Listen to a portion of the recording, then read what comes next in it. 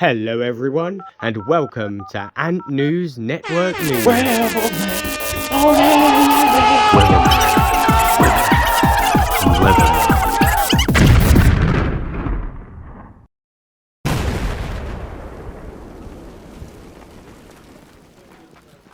Hello and welcome to ANN News, episode about 41 I think. I have no idea anymore. Up on today's show though, we got Broom Ants, Ants and Pets, Ants Asia, Campo Nico, Ants Brazil, and Ants. Also got a science spotlight. So let's get into it. Up first, we have Broom Ants and his complete ant keeping guide. I think this video is absolutely brilliant. It contains everything you need to know basically to start ant keeping, and all in a lovely amount of detail. So after you've watched it, you're all set to get started keeping ants. And if you're already ant keeping, I always recommend watching the kind of beginner videos because you never know what you missed, and it's nice to know how other people kind of keep their ants. Over at Ants and Pets, he made a really cool video I think, and it was about the bionic ant's nest. It's actually off AliExpress, this nest, which surprised me the most because the nest looks like it's had a lot of thought and kind of attention put into it, which is really good. I was very surprised with the kind of quality and everything of the end result, because I've seen some of the AliExpress nests and I'm not really sure I'd put my ants in them, but I definitely put my ants inside of this nest. So head over to Ants and Pets and check out his latest video to have a look at this cool little nest. Round at Ants Asia, also on the kind of beginner's guide you could say, but I guess it also branches into the more advanced keeping, but he's made a video on how to tell if your queen is fertilised, which is a question I often see on the Reddit forums, like, is my queen fertile? And I thought it was a good video, and one of the best bits I thought about it, to be honest, was they never mentioned eggs being scattered, because eggs being scattered, it doesn't mean anything. It doesn't mean your queen's infertile. The only person that I think honestly believes that it means your queen is infertile is Ants Canada, who started this whole misinformation problem about, oh, the eggs are scattered so the queen's infertile. It's absolutely bollocks, based on no facts, no science, absolutely nothing. So if your queen scatters her eggs, don't worry, just bear with her. And if she is infertile, you'll be able to tell when the eggs develop and they come out as males. Until the eggs have developed and enclosed, you have no idea if she's infertile or not. That said, the video does show you a lot of tips to kind of get the idea if your queen is fertile. Kind of things like phytogastrism, where they'll get really fat, and I probably just said that wrong. Over at Ant site, I'm not sure which country he's riding around on his scooter, but he made a great video I think, and he's out there, out and about on the Trail of Ants. The video is called In the Trail of Ants 2, so I believe there is a first one as well, but it's brilliant because he's just going around the countryside looking for ants, and I really enjoy just looking at other countries' nature, to be honest, and what it's like over there, because well, it's just interesting. So head over to Ant site and check out his latest video. Let's head right around the world to Ants Brazil. He's really spoiled us in the past week or two, I believe, and he's put up 2 new videos on some new atta colonies he's got.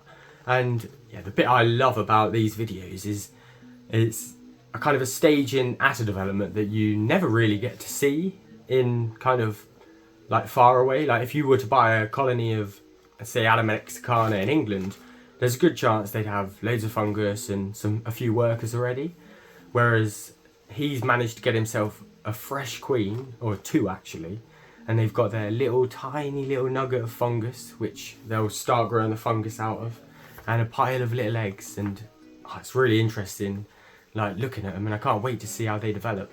Good luck with that colony for sure, but the queens, they're beautiful. Also on the topic of leaf cutters, Ants made a great video on his new, I believe they're Atta mexicana colony, and they're growing really nicely it seems.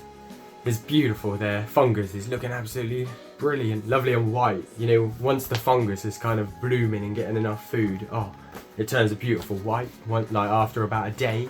Because when they first put the leaves on, it'll go dark and you think, oh, looks a bit dodgy. Next day, bloom, it's all white. But it's looking all good there.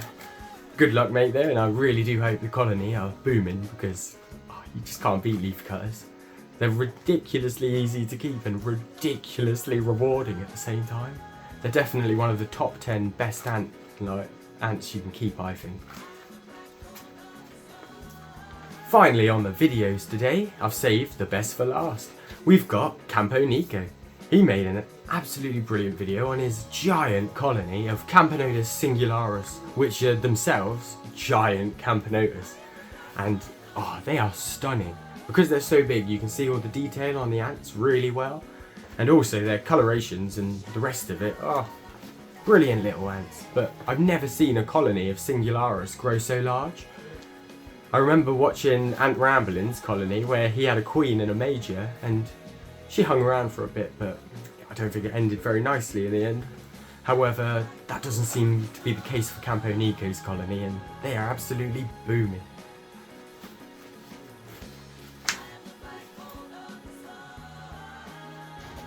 I think it's time for the science spotlight.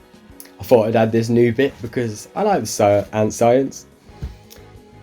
So let's get into it. This week's science paper only came out a few weeks ago, and it's about ants in the Canary Island. And while they were studying the ants, they found that a lot of these land animals are starting to succumb to plastic pollution. And some ants, like a Lasius grandis queen and things, they were found with tangled up plastic in their legs and things like that. And plastic pollution, it's well known as a major issue in the aquatic environment.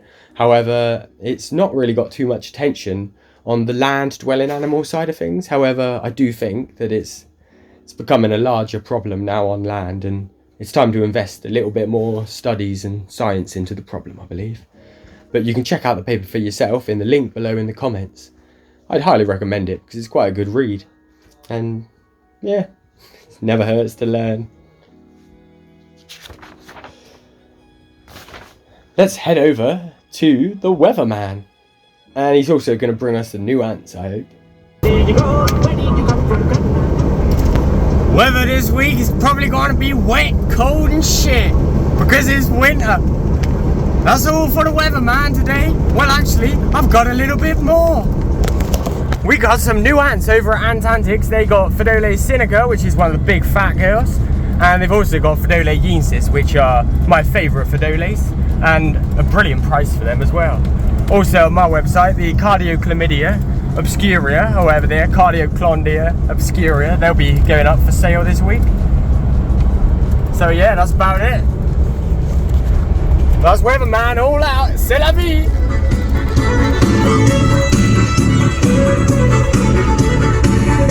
Okay, weatherman has forgotten something. He's forgotten Bull Ants UK on Instagram. If you're after some bull ants, head over to Bull Ants UK on Instagram. You can search him up. And yeah, I'll leave the link down below. But he's got a whole different selection of bull ants at the minute for quite good prices, considering they come from the other side of the world and they are beasts. So yeah, check out Instagram, Bull Ants UK. Anyway, I think that's everything for today's ANN. Thanks for watching, and I hope you enjoyed it. I do apologise that it's been such a while. But until next time, have a fabulous week. May your ants live long and prosper, and bye.